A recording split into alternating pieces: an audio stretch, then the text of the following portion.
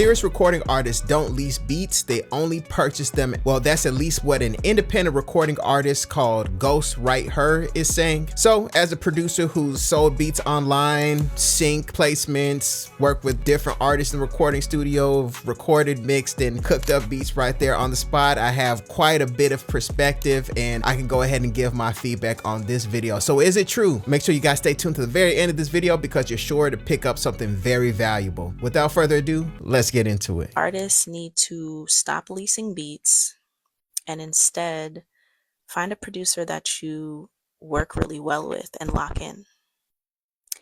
And the rebuttal I got was, oh, I can't afford that. Now, I instantly want to jump in right there.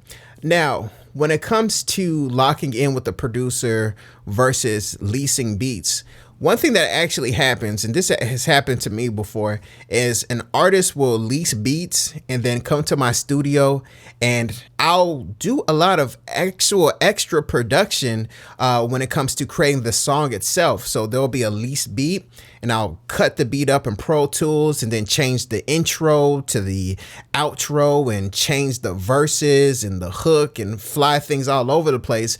And I'm doing all of this and I'm really making the beat fit the artist's vision for the actual song itself.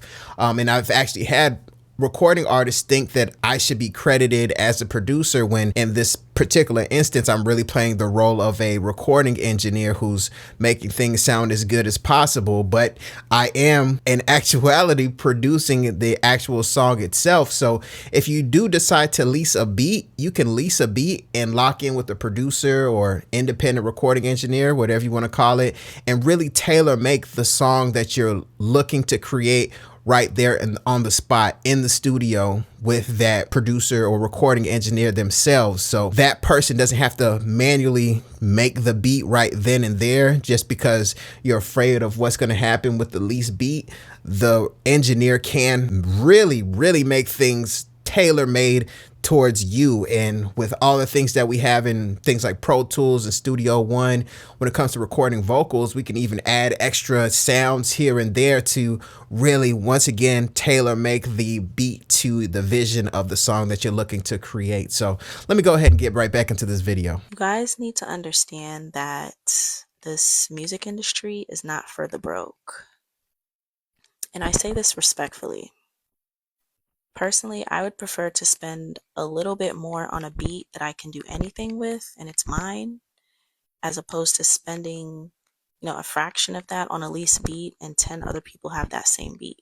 The actual song itself that you create with that beat is, in my view, so much more important than just the beat itself. Like I mentioned just a moment ago, if you're in the studio with an actual recording engineer or producer who knows how to record, we're really helping you tailor make and create a song in itself. You're creating a song. It's not just a beat and vocals on it. It's an actual vision. So if you create a song that's over one topic and then this other person leased the beat and they don't even release it, this other person is recording a song in a different language, this other person is recording a song and they have a bad microphone and they're really not pushing it in any type of way, I really feel like we need to focus on the song itself. The song is what's going to connect with the public, with the audience. And there have been instances, I believe it's with Zaytoven. Zaytoven will have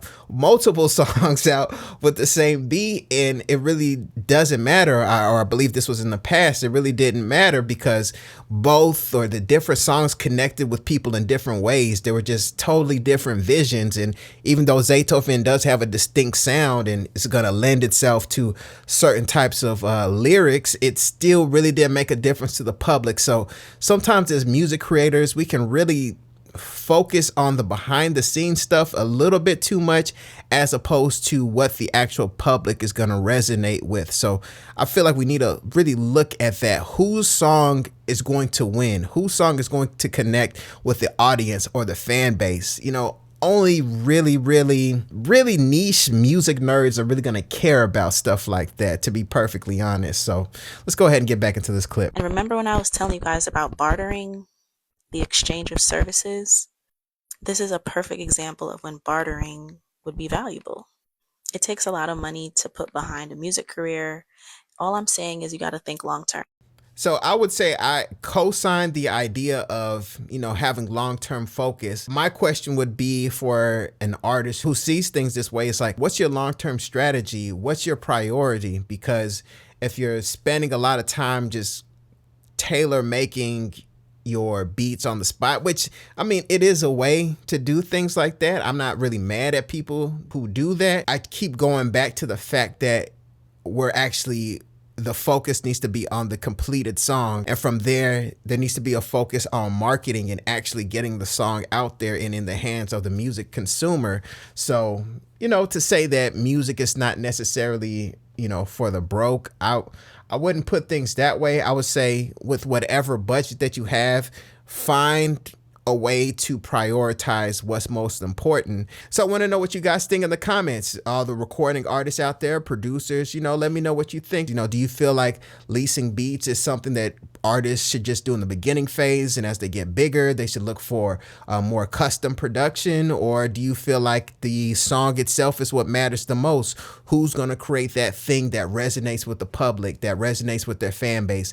And that's what's going to be most important. Where exactly do you stand in this landscape? So I hope you enjoyed this video. If you did, make sure you hit like and subscribe. My name is Desmond A, and I'll be back with more great videos. Peace. Wait, before you go, make sure you go to DesmondASounds.com, where you can get free FL Studio Patcher plugins, free loops, free guides, everything you need to level up your music production. Once again, go to DesmondASounds.com or click the link in the description. Go there now and totally transform your music production.